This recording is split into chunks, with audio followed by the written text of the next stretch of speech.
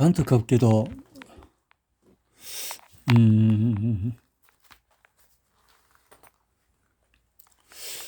보건 전문가의 관점에서 안타까운 습관이 아침에 차가운 우유에 섞은 콘프레이크와 냉장고에 꺼낸 오렌지 주스 건강한 아침을 이런 것을 건강하다고 생각하는 것이 안타깝다라는 거죠. 나를 포함한 민인 사람들은 매년 완전히 통제 불가능한 옥토버 페스트에서 진행되는 식이요법을 지켜볼 수가 있다. 예, 독일에서의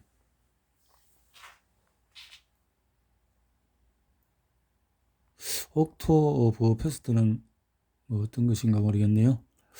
안타깝게도 지금부터 이야기하는 내용은 예외적이지 않다. 우리는 매일 약 2-3리터 정도의 수분을 섭취한다. 대부분의 사람들은 차갑거나 얼음을 사람은 수년 동안에 수십 년에 차갑거나 얼음을 넣은 음료를 마셔왔다. 앞에서 꼽은 원인과 더불어서 차가운 음료는 체온 하락에 큰 영향을 미친다. 위에서 언급한 것과 같이 효소 반응은 특정 온도에서만 나타난다. 충분한 위산과 펩신과 같은 소화제 외의 위장은 섭취한 음식을 최적으로 분해하기 위해서 적절한 온도를 필요로 한다. 차가운 음료 섭취는 최적의 온도에 도달할 때까지 소화관의 소화 과정을 중단시킨다. 소화 과정 중에서 차가운 물을 마시면 어떻게 소화가 중단되는지 알고 싶다면 차가운 물로 파스타 물을 끓이는 것을 상상해 보면 된다. 훨씬 조리 시간이 오래 걸린다.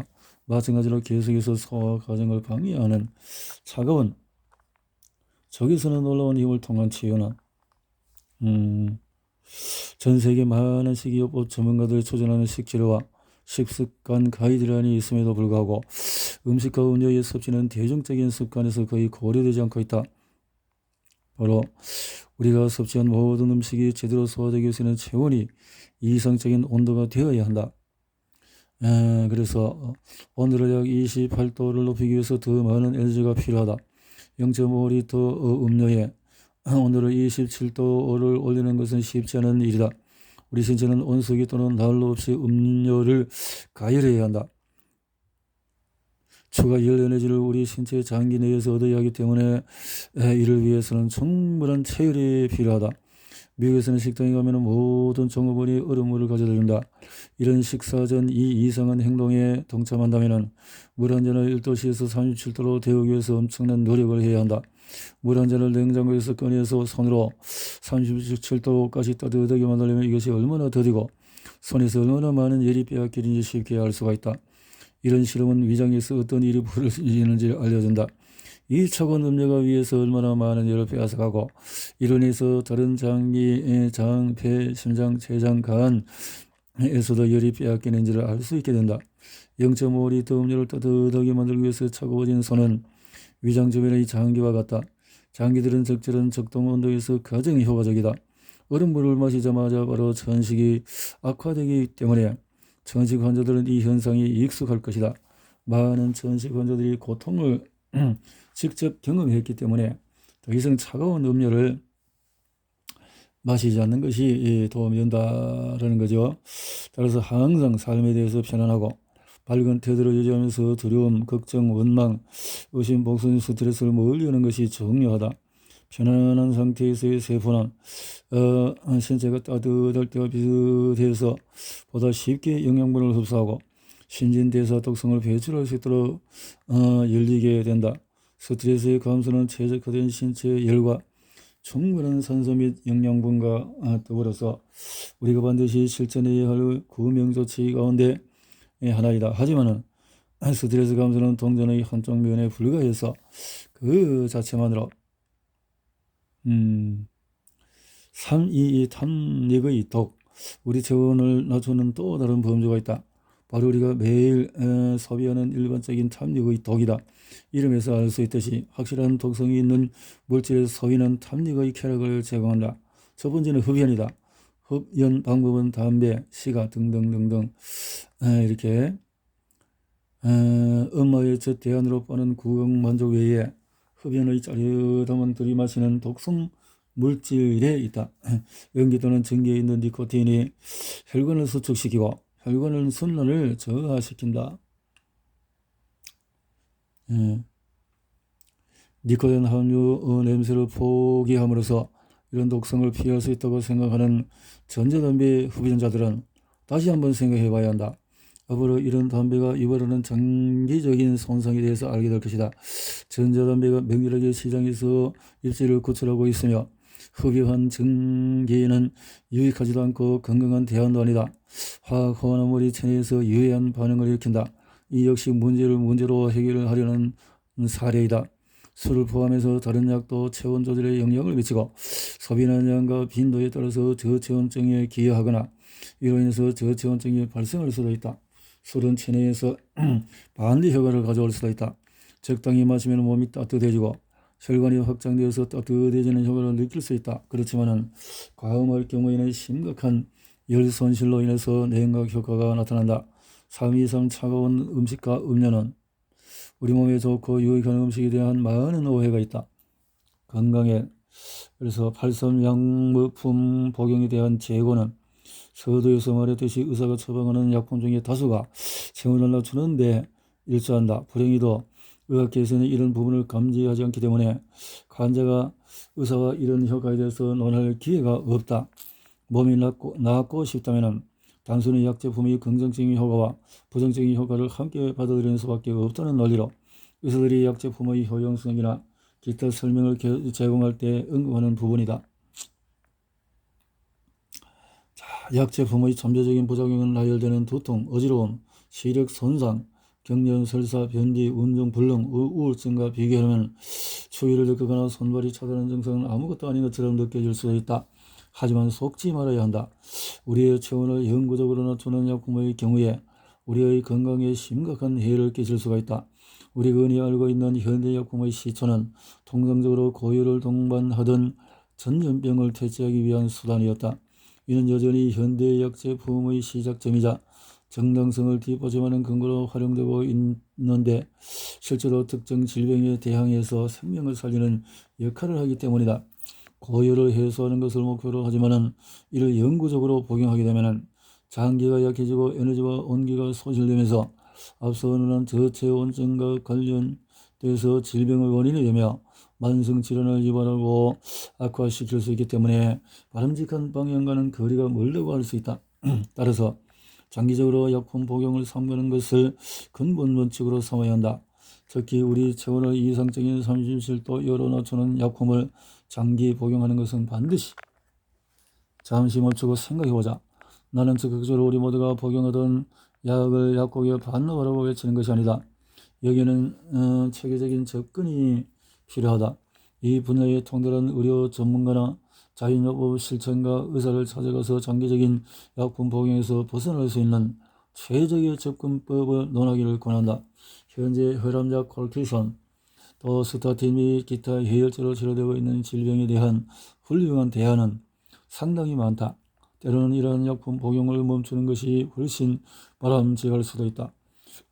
알레르기약의 대안을 찾아보라. 특히 의사가 항생제 복용을 강력히 권하는 경우라면 반드시 대안을 찾아보기 바란다. 피임약을 복용하고 있다면 피임의 다른 수단을 찾아보라. 부작용이 없으면서도 효과적이고 또 선한 약품 중에서 질병을 앓고 있을 때도 복용 가능한 제품들이 있다. 대체약품이라는 이름은 무엇보다도 정확하게 천연약품을 통해서 대체 치료법을 의미한다. 동시에 치료에 대한 대안적인 접근법 역시 요구되는데 예를 들어서 약품을 복용하면서 충분한 휴식과 수면을 취하며 가급적 식음료 섭취를 자제하고 맑은 공기와 신체의 열을 충분히 수준 유지하는 것으로 한다. 최근 의사로부터 녹색 채소를 너무 많이 먹지 말라는 조언을 받았다는 여성 환자가 있었다. 녹색 채소에 대해서 함유된 비타민 K는 혈액 희석제 모르코마의 작용에 지장을 줄 수 있다. 그러나 연구들은 이 상관관계를 부정해 왔지만 여전히 던져볼 만한 질문이 있다. 약품 복용의 차질을 익혀내는 이유로 건강식품을 소비할 수 없게 하는 우리의 의료 시스템은 과연 정상인가? 우리의 의료 시스템은 과연 정상인가?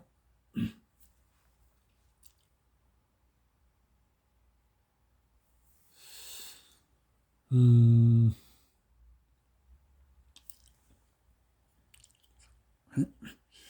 최소한으로 필요한 것만을 추구할 것이다. 단순하고 꼭 필요한 것만 추구하자. 또 혈압약, 콜레스테롤 강화제, 기분 전환제 등등등등이 있다. 베타 차단제 등등. 위에 기술한 백신과 의약품이 면역 활동에 미치는 영향은 체온 조절 또 염증에서 학습 신체는 건강 발열 반응을 보이거나 취약한 반응을 보일 수밖에 없다. 많은 뇌 환자들이 지난 몇십 년 동안에 38.9도 이상의 또는 최소 38.1도 이상의 발열이 있었던 적을 기억하지 못했다. 건강하고 강력한 발열 반응의 체온 상승이 37.5에서 38도 수준이었다. 발열 반응이 부재한 이런 현상이 광범위하게 나타난다. 부모님으로부터 들어서 기억하고 있듯이 건강하고 튼튼한 면역체계는 항상 짧게 하루 이틀만 지속된 후에 짧은 완화 또는 회복기를 거쳐서 활기를 되찾고 재정비된 신체 상태로 되돌아온다. 열이 40도 혹은 41도까지 오를 경우 모든 병원체를 죽이기 때문에 고열은 적절한 기능을 수행하는 것이다. 오늘 가장 일반적인 의약품이 저체온증을 유발한다.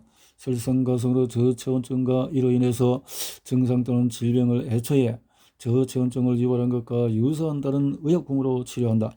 그렇기 때문에 처음에 문제를 야기한 의약품으로 이전 의약품의 효과를 억제하려는 시도를 하게 된다. 불에 기름을 붓는 격이라는 표현이 적절한 비유는 아닐 것이다. 동상을 얼음으로 치료하면서 나아지기를 기대하는 것이 좀 더 정확하다고 볼 수 있다. 문제를 전혀 개선하지 못한 이런 접근법이 실패했다는 사실은 환자의 질병 경과를 통해서 확인해 볼 수가 있다. 이런 의약품은 해결책이 아닌 문제의 일부이다. 질병 유발에 어느 정도 책임이 있는데 이제 와서는 문제 해결을 위해서 사용되고 있다. 다음은 저체온증으로 인해서 발생한 증상과 질병 치료를 위해서 처방된 의약품들이다. 자, 3위 저체온증의 원인은 3.21 백신과 의약품. 많은 사람들은 돌이 되기 전부터 백신 접종을 받는다. 백신으로 인한 어린이 피해 사례가 보고되고 있다. 비극을 목격하는 것은 가슴 아픈 일이다. 백신의 심각한 손상을 일으킬 뿐만 아니라 다양한 알레르기, 음식 알레르기, 행동장애, 자폐증, 과잉행동, 알츠하이머 기타 증후군의 증상의 원인이 된다. 독성 문제, 신경, 장기 손상 외에 저체온증 역시 백신과 관련되어 있다. 백신은 일반적으로 감염과 발열 질환을 예방한다. 주로 냉각 금속, 예를 들면 첨가제 티메르살 또는 티메로 알츠하이머 발병에 영향을 미치는 것으로 의심되는 면역과 사용되어 있는 알루미늄 또는 수은 화합물을 포함하고 있는 백신의 보조제 외에도 백신은 신체를 차갑게 만드는 효과도 있다. 에너지적으로는 간접으로 따르면 간단한 접근법을 통해서 이런 과정에 대해서 살펴볼 수가 있다. 냉각물질은 발열 질환 또는 발열을 제한하고 예방하기 위해서 필요하다. 체온, 장내 유익균이 감소하고 체온이 떨어지면 그렇다는 거죠. 더위를 쉽게 느끼는 체질, 구체적으로 말해서 손발이 뜨겁고 또 소변 농도가 높아서 짙은 노란색을 띠거나 신내, 불쾌하거나 독성을 띠는 냄새가 난다면 수분 섭취량을 늘려야 하며 가급적이면 온수나 따뜻한 차를 마시는 것이 좋다. 이를 통해서 편안하게 부교감 신경 상태를 유지할 수 있으며 보다 많은 수분, 영전 물질 및 독소를 배출할 수 있게 된다. 아침 식사로 몇 잔의 2차, 뮤즐리 한 그릇, 오트밀과 우유, 경우에 따라서 오렌지 주스 한 잔과 멜론 반 개를 섭취한 후에 체온 변화를 측정해보라. 밤이내 튀긴 감자와 계란 또 해물 푸짐하게 넣은 오믈렛을 먹으면 체온이 크게 오를 것이다. 소변 농도와 색깔을 통해서 적정한 소변 섭취량을 파악할 수 있다. 소변은 노란 빛을 띄어야 하며 농도는 중간이어야 한다. 자연적이고 건강한 노란빛은 흡사 맥주처럼 보이는 짙은 농도의 노란색 소변과 구별된다. 하지만 건강한 노란빛의 소변은 무색이나 물에 가까운 소변과도 다르다. 불행하게도 물을 수시로 마시는 광신도에 가까운 사람들은 아무런 무색의 소변이 건강의 징표라고 믿고 이를 목표로 하기도 한다. 그러나 언제나처럼 중간 정도의 건강한 소변이 바람직하며 이는 소변의 색, 체온, 배뇨의 빈도 및 다급해진 정도를 기준으로 판단할 수가 있다. 사실상 소의사들은 동물의 소변이 지나치게 묽을 경우에 크게 우려한다. 갈증이 우리에게 많은 것을 알려줄 수 있는 것은 사실이다. 하지만 갈증이라는 감각은 가변적이기 때문에 설탕과 소금이 많이 함유된 지나치게 맵거나 짠 음식, 인스턴트 식품을 섭취하거나 또 니코틴, 알코올을 비롯한 기타 독성 물질과 약제품의 영향으로 실제 신체 상태를 반영해주지 못할 수도 있다.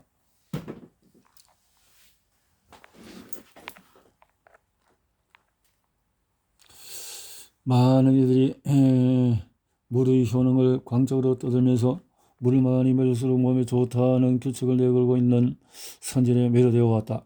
이 점에 대해서 내가 하고 싶은 말은 음료를 많이 마시고 체내의 수분이 많이 저장할수록 우리는 추위를 느끼게 될 것이 분명하다. 따뜻한 차를 마신다고 해도 처음에 잠시 따뜻한 느낌을 줄 뿐 전국에는 차가운 음료와 같은 효과를 내고 만다. 체온이 떨어지면 교감신경 긴장 증세인 긴장이나 스트레스가 나타나게 된다. 스트레스 상태는 재산 및 해독 작용을 저해하는데 아이러니컬하게도 이 두 가지는 대부분의 사람들이 물을 마심으로써 기대하는 효과, 독소를 제거하고 산성도를 낮추며 신장을 세척하는 효과에 해당한다. 저 이치에 전혀 맞지 않는다는 뜻이다. 우리가 물과 음료수를 마실수록 우리의 신장은 더 열심히 움직여야 한다. 이미 약해진 신장에게 무리를 가하는 것은 절대 긍정적인 결과를 가져올 수가 없다.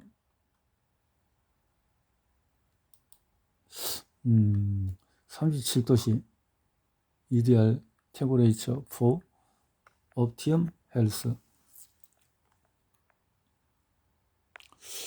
3일 21세기에 만연한 저체온증. 인간 자신이 저체온증을 유발하는 조건을 만들었다. 저체온증. 다른 원인은 첨가물을 넣은 식품 제조를 통해서 우리의 삶을 지배하는 식품업계와 제약업계의 관행에서 찾아볼 수가 있다. 기존 의학 분야는 제약과 첨단 의약품을 통해서 치료하지 못할 병이 없다고 말한다. 이는 전혀 사실이 아니다. 감염성 질환은 줄고 있지만 만성 질환은 증가하고 있다. 추위로 인해서 악화된 만성 경화성 질환이 오늘날의 전염병이라고 할 수 있다. 우리는 이 범죄에 속하는 장애에 관해서 제대로 알아요. 다음은 중국 전통의학에서 사용하는 두 번째 식품 리스트라. 이번에는 몸을 따뜻하게 하거나 중성적인 성질을 가지는 음식들을 소개한다. 그래서 새소미, 샐러드나 녹두, 완두, 호박, 표고버섯 이런 것들, 육류는 양고기 등등, 과일은 살구대, 중무화과 등등, 생선에는 짱어, 농어, 숭어 등등, 자, 이 향신료는 뭐 커민, 강황, 카레 등등, 또 생초는 바질, 이렇게 희석, 생강 이런 거, 콩가식물은 팥, 땅콩, 병아리콩, 검정콩, 코코넛 많은데요.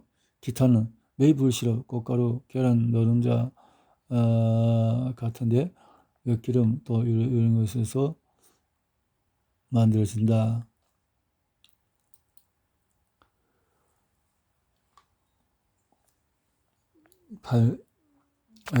수분 섭취는 건강에 좋다. 하지만 적정량은 얼마일까? 물과 액체의 섭취의 중요성에 관해서는 모든 사람이 장기간에 걸쳐서 들어왔을 것이고 나 역시 이 의견에 동의한다. 그러나 얼마나 마셔야 할까? 지난 수십 년간 수분 섭취 적정량에 상한선은 없다는 정설이 존재해왔다. 물론 좋은 의도로 세워진 가설이겠지만 이 조언을 뒷받침할 수 있는 경험적인 자료나 연구, 특히 건강에 대한 이점을 보여주는 자료는 전무한 상황이다.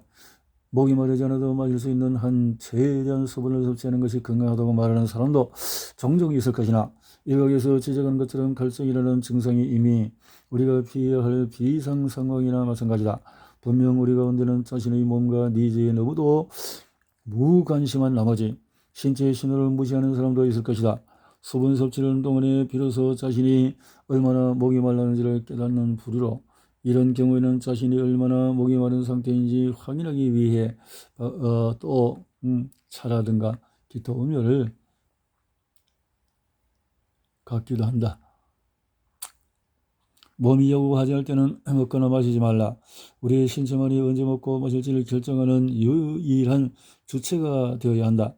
그러나 대부분은 그 근원과 거리가 먼 삶을 살고 있다. 철저하게 지키는 경우는 사실 많지 않지만 적어도 다수의 사람들이 먹는 것에 관해서는 이 원칙을 동의하고 있으나 마시는 것에 대해서는 자연스럽고 건강한 행위로부터 동떨어진 사고방식이 이미 뿌리를 내렸다. 세상에 어떤 동물이 단순히 입 말렸다는 이유로 30분에 한 번씩 물 웅덩이로 달려가겠는가. 하지만 내 주위에 많은 사람들은 시형 일간 들고 또 마신 물이 없으면 거의 공강 상태에 빠진다.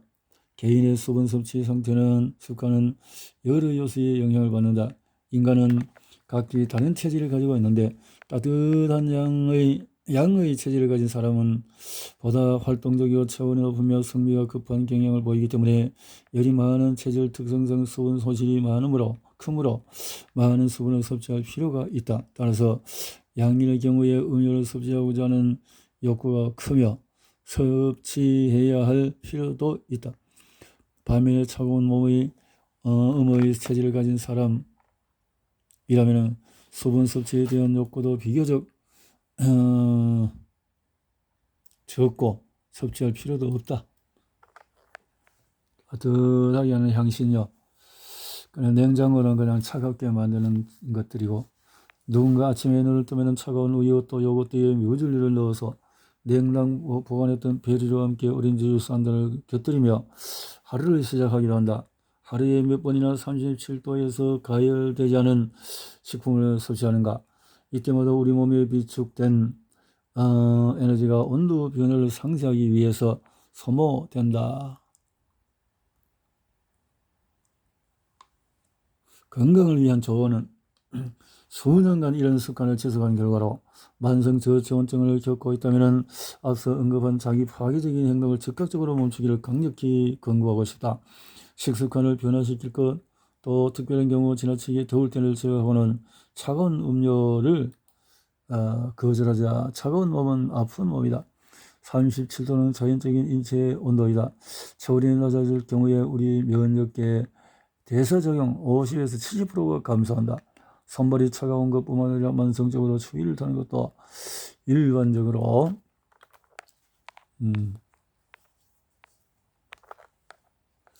독일의 자연적 보고서이자 베스트셀러 작가인 카르스토와트는 1950년 3년에 태어나서 오랫동안 반영을 불러일으킨 책을 통해서 지식을 전파해왔다 했네요.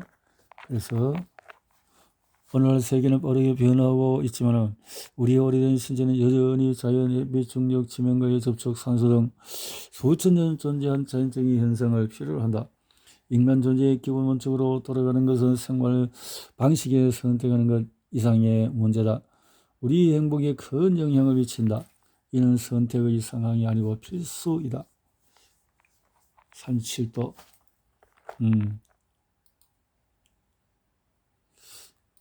필수로.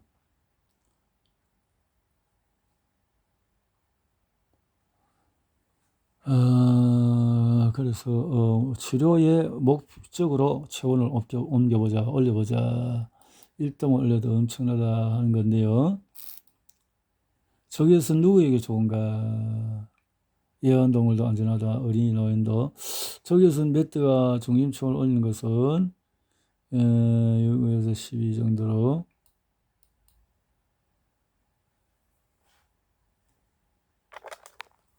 인간은 적외선 방사체이자 수용체이다. 인간은 3에서 50 마이크로를 방사할 수 있으며 대부분의 경우에 파장이 9.4 마이크로 범위에 속하는데 이전에 언급했듯이 치유 효과가 있는 범죄에 해당된다. 이를 바탕으로 우리는 모두 두 손을 올려놓는 것만으로도 치유하는 능력이 있다는 결론을 도달한다. 그러면서 심장에서 적외선과 사랑을 발산하고 있는 전형적인 예수와 마리아, 가슴에서 치유력을 표현을 했네요. 체온이 올라가면은 이 상태 체온이 없고 그래서 완전히 차가운. 적외선은 빛 방사선의 일종으로 육안으로 확인할 수 없으며 전자기 스펙트럼, 가시광선의 적색 스펙트럼 안에 위치한 방사선을 의미한다. 지구를 덮이는 태양열 에너지의 60%가량이 적외선이므로 우리가 카페에 앉아서 햇살을 즐길 때에 느끼는 열 가운데서 절반이 적외선으로 발생한다고 할 수가 있다. 적외선. 비타민 D를 생성하는 적외선과 자외선은 태양광선에서 찾을 수 있는 두 가지 치유 요소이다. 건강 전문가로서 태양광선 노출의 위험성을 다룬 글이나 어떻게 자외선 차단 지수가 높은 제품을 활용해서 이 황색 거물부터 신체를 보호하는지 글을 보면은 절망의 탄식이 나온다. 저체온증, 혈액순환 저하, 영양소 문제 등등, 제산제 등등의, 그래서 저체온증으로 인해서 발생하는 증상은, 질병은 감기, 피로, 우울감, 번아웃, 집중, 또 관절염, 안구건조, 건조한 탈모, 피부 두통, 저혈당, 발기부전, 섬유근육통, 생리전증후군, 고혈압, 변비, 더딘 성교치유, 수종, 부종, 암 등등 너무 많네요. 자, 체온을 살펴보고 있지만 사실 우리가 말하는 체온은 머리와 몸통의 중심의 체온을 의미한다. 칼 레인홀드 어거스티 플리더는 25,000명의 체온을 약 100만 번 측정한 뒤에 평균 체온이 37도라는 사실이 발견되었다. 물론 인종 성별 측정 시간에 따라서 차이는 있었다. 오늘날 생리학 측에서는 정상 체온을 36.1에서 37.1로 정의한다. 오늘날 사람들에게 기대되는 측면에서는 이것이 정상이지만 건강한 사람에게서 자연스럽거나 죄책은 아니다. 아프거나 쇠약한 것이 오늘날 반복적이지만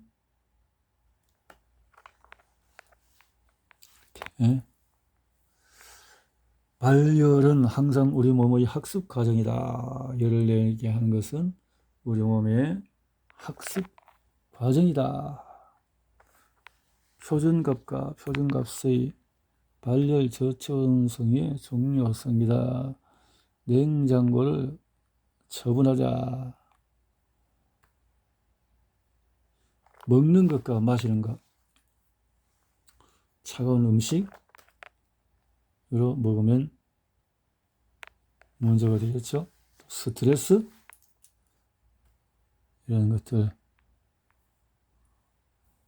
저체온증 치료는 어떻게 하나?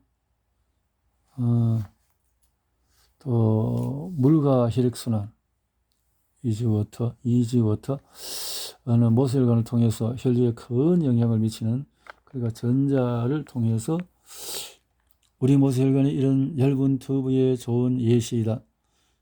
체내 열광선을 통해서 혈액이 모세혈관을 순환하도록 이런 발견은 신체 혈류를 유지시켜주는 펌프 역할을 하는 것이다. 원적외선과 음이온을 통한 충전이라. 앞에서 읽었듯이 체내 분자의 99%가 물 분자이고 1%만이 다른 종류로 구성되어 있다. 물 분자는 물에 적용되는 원칙과 법칙이 적용이 된다. 그렇지만 체내 물이 거의 친수성 표면 옆에 위치하기 때문에 체내의 돌은 대부분 H2O2이다. 물 분자는 체내의 99% 대부분이 H2O2 구조수. 논리적으로 말해 보면은 인간으로서 우리는 구조적인 중결성 수의 원칙과 특이성을 준수해야 한다.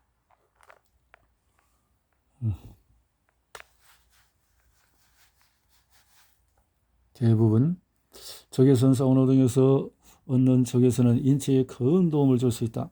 음이온을 통한 치유도 가능한 적외선 자수정 메터는 다음과 같은 효과를 증대시킨다. 에너지, 예방, 치료, 치유 등등 도움이 되는 수 있다라는 거죠. 다양한 혈압약 외에 높은 콜레스테롤 수치를 낮추기 위한 스테로이드, 항우울제, 항혈액 응고제, 진통제, 수면제, 기타 장기 특이적인 의약품이 있다. 이런 의약품은 심각한 부작용과 다른 의약품의 비교적인 상호 효과를 나타내며 환자의 신체 생기를 빼앗아간다. 제제는 주로 세포의 독성을 퍼뜨리고 문제를 해결하기보다는 독성이 많은 물질로 구성되어 있다. 대부분의 이런 블록버스터 의약품은 신체를 차갑게 만든다. 확인해 볼 수가 있다. 다양한 혈압약 외에 높은 콜레스테롤 수치를 낮추기 위한 스타딘, 항우울제, 항혈액 응고제, 진통제, 수면제, 기타 장기 특이적인 의약품 등이 있다. 이런 의약품은 심각한 부작용과 다른 의약품의 부정적인 상호 효과를 나타내며 환자의 신체의 생기를 빼앗아간다. 제제는 주로 세포의 독성을 퍼뜨리고 문제를 해결하기보다는 독성이 많은 물질로 구성되어 있다. 대부분의 이런 블록버스터 의약품은 신체를 차갑게 만든다. 이 내용에 대해서는 뒤에 아주 자세하게 다룰 예정이다. 37도시 오염된 환경의 현대인. 지난 15년간 만성질환자들을 주로 치료해 왔기 때문에 만성질환자들에게 반복적으로 나타나는 원인에 대해서 놀라운 관찰을 할 수 있었다. 아말감 또는 발라감과 같은 특정 독성 치과 치료 물질과 같은 환경적인 독성으로 인한 원인을 제외하고 전자기장 오염 증가와 장내 균층의 장애가 만성질환의 주요 원인이다. 이런 세 가지 원인 외에 심각한 영양실조 또는 보존제, 첨가제 섭취와 식품업계의 다른 모든 악행으로 인한 장내 균층 감소 및 손상 등등 세포 충전, 저체온증 상태까지는 하락하는 이상적인 체온. 이 체온이